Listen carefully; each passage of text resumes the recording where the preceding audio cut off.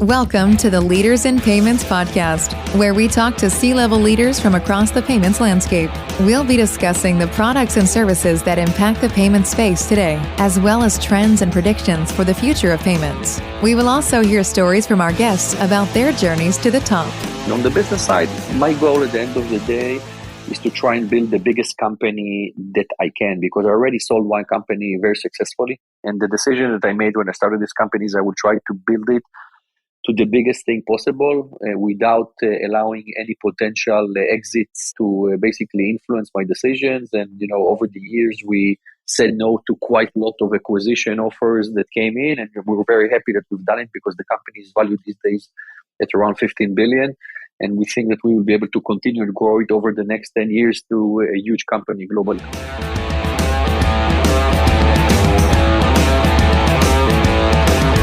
That was Arik Shtilman, the CEO of Rapyd, and he is my special guest on this episode 187 of the Leaders in Payments podcast, and I'm your host, Greg Myers. Arik is an avid basketball enthusiast, Michael Jordan memorabilia collector, and actually gets a lot of his business inspiration and insight when he's courtside. Arik has a professional passion to build the biggest company he can, and at a rapid pace, no pun intended. Rapyd is a fintech-as-a-service company that provides APIs for SMBs, enterprise-level organizations, and other fintechs to build financial services applications on top of their platform. Typically, these services include payments, money disbursement, card issuing, and digital wallets. The company has raised a total of $800 million in funding with a $400 million revenue stream and a valuation of $15 billion. We've got a great episode ahead, so let's get started.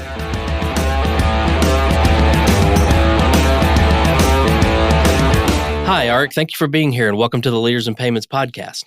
Thank you for having me. Absolutely. So let's dive in. Tell our audience a little bit about yourself, maybe where you grew up, where you went to school, where you currently live, a few things like that, and then we'll jump into your professional career in just a few minutes. So I'm 42 years old. I'm based out of Israel, born and grew up in Israel my entire life. Basically, I'm from the Tel Aviv area, went to school in Tel Aviv.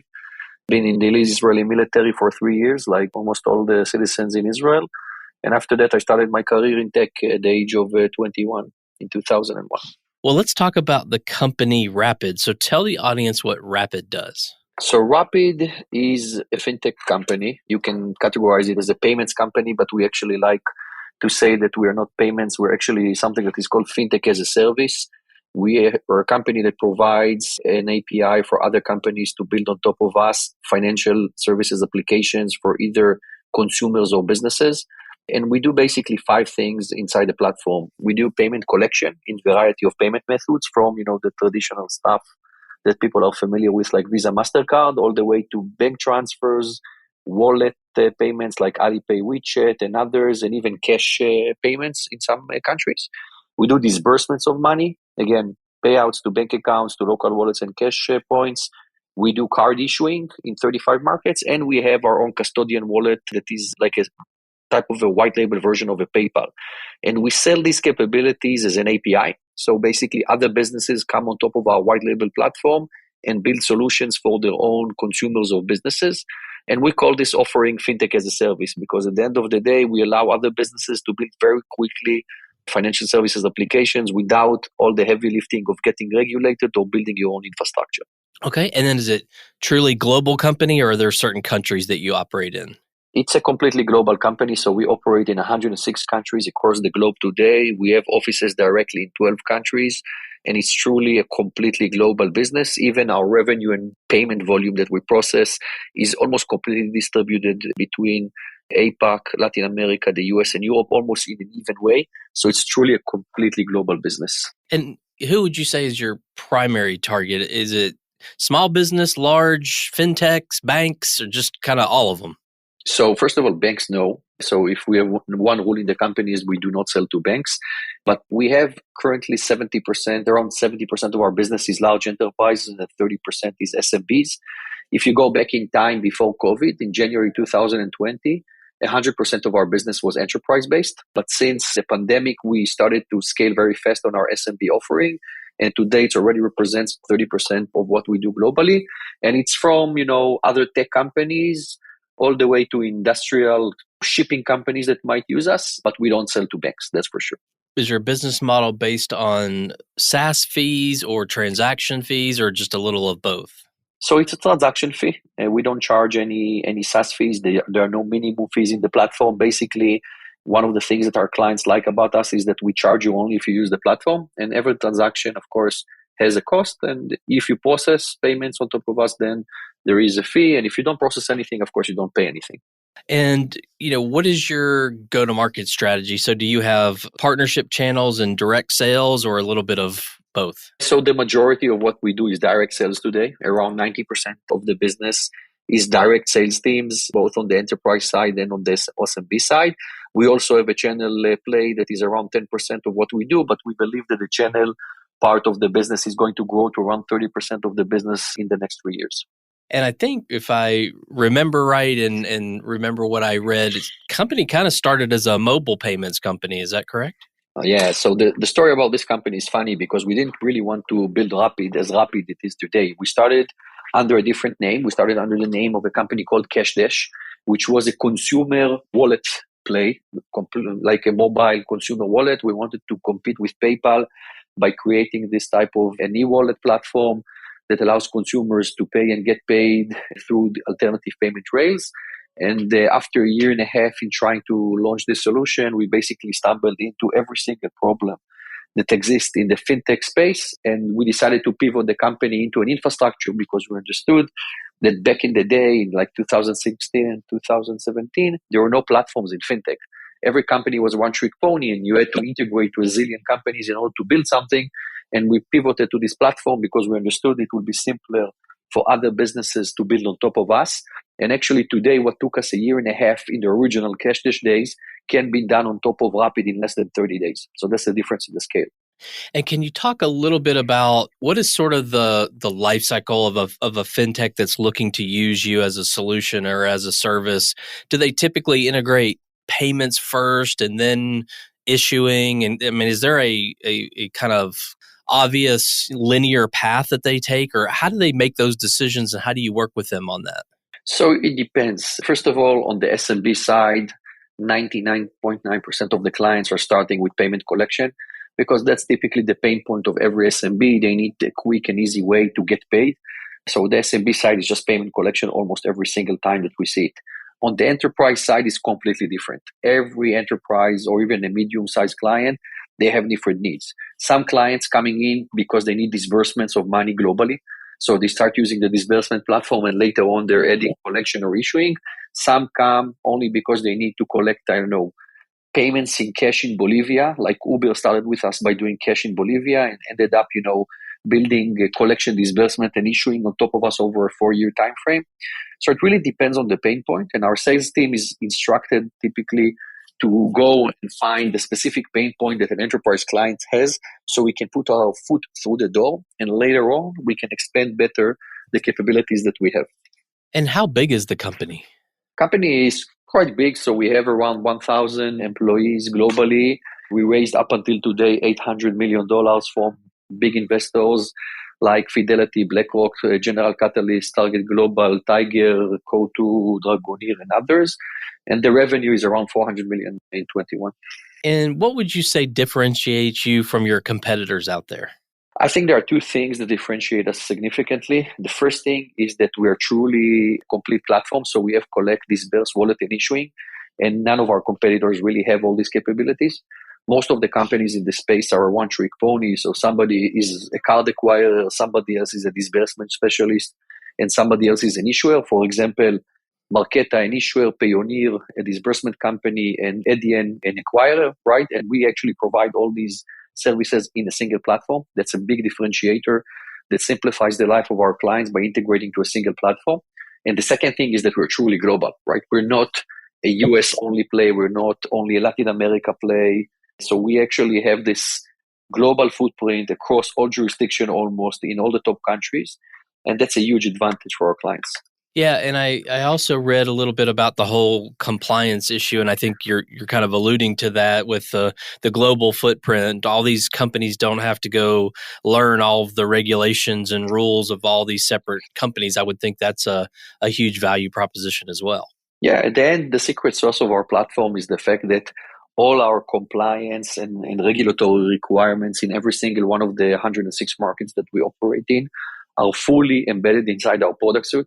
So you as a client, you don't need to know what is the regulation in Indonesia versus the US versus Brazil for example, e-commerce payments of digital goods. We actually handle all the heavy lifting for you, and you don't need to deal with anything. Just integrate to the platform, start running, and we will handle everything for you behind the scenes. Do you talk more to the developer community within the fintechs or the business side, or both? So on the enterprise side, the main point of entry is always, on the either product management side or strategy side or growth side of the business. Typically there, you're talking with the clients to understand what is their future, how they're looking to expand their business, which markets they see as strategic, and this is how you basically find the best product fit for them. On the SMB side, it's different. It's pretty much developers. It's a very developer-oriented discussion. Try to provide the simplest API, the easiest documentation, a very clean sandbox to work in, and based on that, they basically decide what to buy and what not to buy. Where do you see this, if you want to call it payments industry or fintech industry, where do you see it all heading in the next, say, 2 to 3 years? So I think that if you look at the payments industry, very quickly, we're seeing that all the brands, the big brands, they want to become a type of a payment method. So, Google, Apple, Samsung, and Amazon started with this with their own, Google Pay, Apple Pay, Amazon Pay, and etc. But I think that what we're seeing is that a lot of other brands are trying to become a payment method that is actually embedded in checkout pages because they have the consumers and they want to monetize on them. So we will see the continuing increase of these brands that are basically becoming fintechs. And I think that the second thing that we will see is the trying to turn payments into as seamless as possible. So the checkout experiences will almost be like when you use Uber, that you don't even know that you paid. You just walk out of the car and the payment happens behind you. That's pretty much what everybody will try to achieve in the next several years. Do you see cryptocurrency and the ledger, distributed ledger, all those things? Do you see those making an impact in payments over the next few years? No, I don't think so. I don't see crypto as a payment method. I definitely see crypto as a commodity that people will trade like gold. I see different types of use cases for blockchain, but I don't really think that crypto, like Ether, Bitcoin, or whatever coin you will choose, will actually become a payment method that will replace your own currency, your own debit, credit card, or bank transfer. It's just not designed for it. And also, I think that central banks, regulators, and anybody that is involved around this ecosystem will not give up, the control of understanding how money moves, who owns it, and what the hell is going on behind the scenes. Yeah, I tend to agree with you. I see it more as an asset class that you can buy and sell as opposed to a payment method. I mean, maybe one day, 10 years from now, but short term, I don't see it happening. Are there other trends you see within fintech specifically? I mean, I know, money was pretty cheap and easy to find. And, for the last 90 days or so, that hasn't necessarily been true. And so I think there's some trends there where obviously their investors are looking for profitability over growth. But, do you see any other trends within the fintech space specifically? Yeah, so the trend in fintech shifted more to gross margin discussion versus a discussion about growth of revenue and volume. If you've seen the discussions up until, let's say, January 22, all the discussion was about show me growth in the volume, show me growth in the revenue. Today is just show me the growth in the gross margin. And everybody wants to see the gross margin going on, in the next 3 to 4 years in some way. So that's the big shift, around the fintech space. Well, let's switch gears a little bit and talk about you. So tell us about your journey and how you became the CEO there. Like I told you, I've been in tech almost my entire life. When I finished my service in the army, when I was 21, I basically founded my first company that ended up as a cloud computing company that I sold to Avaya out of Santa Clara. It was a company in the unified communication space, and I built it for almost 11 years as a bootstrap startup company. After that, I worked for 2 years for the company that acquired my own company, right? And then I left in order to start Rapyd, that back in the day was cashless, like we mentioned earlier in the conversation. And, since then I've been at Rapyd since 2016. And you have co-founders as well with the company, right? Yes, I have two co-founders, which are the same co-founders that I have in my previous company. So we pretty much remain the same team. The first 50 employees at Rapyd, almost all of them were the employees from the previous company. So we have this organic team that came in from a different business. Everybody knows each other extremely well for many years. The cons and pros of each and every one of us. And, this is the way that we work. How do you as co-founders kind of split up the work? Obviously, you're the CEO, but, how is that dynamic having two other co-founders? So in this specific case, the dynamic is different than most of the companies because we have very clear boundaries of who does what because we know each other for 15 plus years. So I'm the CEO and I'm the ultimate decision maker. One of my co-founders is the VP of engineering and he runs all the engineering and this is what he focuses on. And my third co-founder is basically responsible for corporate development and acquisitions. But ultimately, everybody understands the structure that we're not equal in this. I am the CEO and I make the decisions and, they work with me and they're my partners. But at the end of the day, it is a very clear hierarchical structure, which is different in most companies that are young, that a lot of times the founders come in with equal rights. And there is this weird, tango between founders of who makes the decisions. In our case, because we came out of a very successful previous business and we knew each other for so many years, there are very clear agreements of how things work out. And what are some things you're passionate about? So maybe one business-related passion and one personal passion. Personal passion is basketball. So I'm a basketball fan, both NBA and European basketball. So that's something that I'm always into. And on the business side, my goal at the end of the day is to try and build the biggest company that I can, because I already sold one company very successfully. And the decision that I made when I started this company is I would try to build it to the biggest thing possible without allowing any potential exits to basically influence my decisions. And, over the years, we said no to quite a lot of acquisition offers that came in. And we were very happy that we've done it because the company is valued these days at around 15 billion. And we think that we will be able to continue to grow it over the next 10 years to a huge company globally. Okay. So we have to go back to this basketball thing. So why the passion there? Did you grow up playing basketball? Yeah, so I started to play basketball at the age of 4 and I played all the way to the age of 18. As professional as you can, in these ages, including, high school basketball and everything that's related to it. Unfortunately, due to an injury, it ended up my career early, but, it's been always a big love of mine. And Rapyd is even a sponsor of the local Tel Aviv basketball team that plays in the EuroLeague, which is the equivalent basically of the NBA, but in Europe.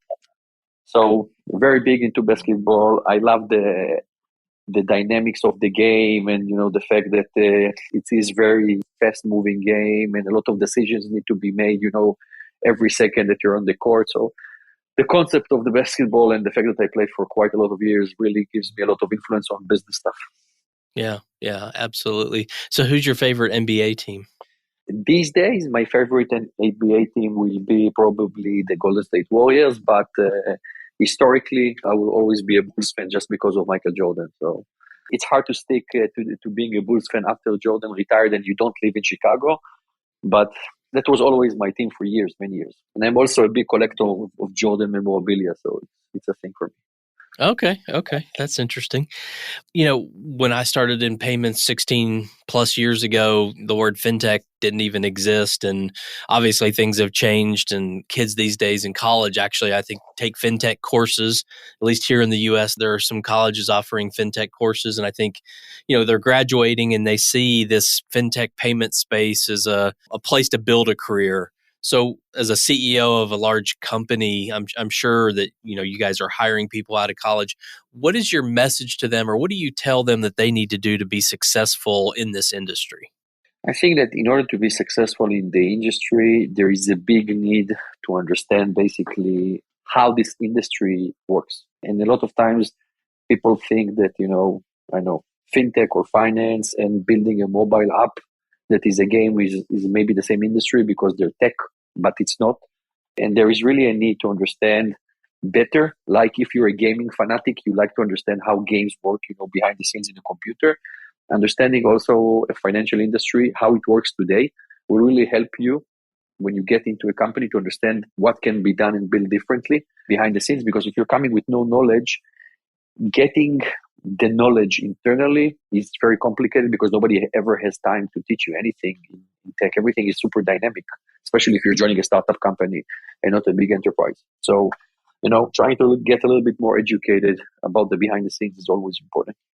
Well, Arik, we have covered a lot of ground so far. We've talked obviously about you and the company and kind of where you see the future of the payments industry. Is there anything else you'd like to add before we wrap up? No, I think we covered everything that I wanted to cover on my side. All right. Well, thank you so much for being on the show today. I know your time is very valuable, so I really appreciate you being here. No problem. Thank you very much for hosting me. Thank you. And to all you listeners out there, I thank you for your time as well. And until the next story.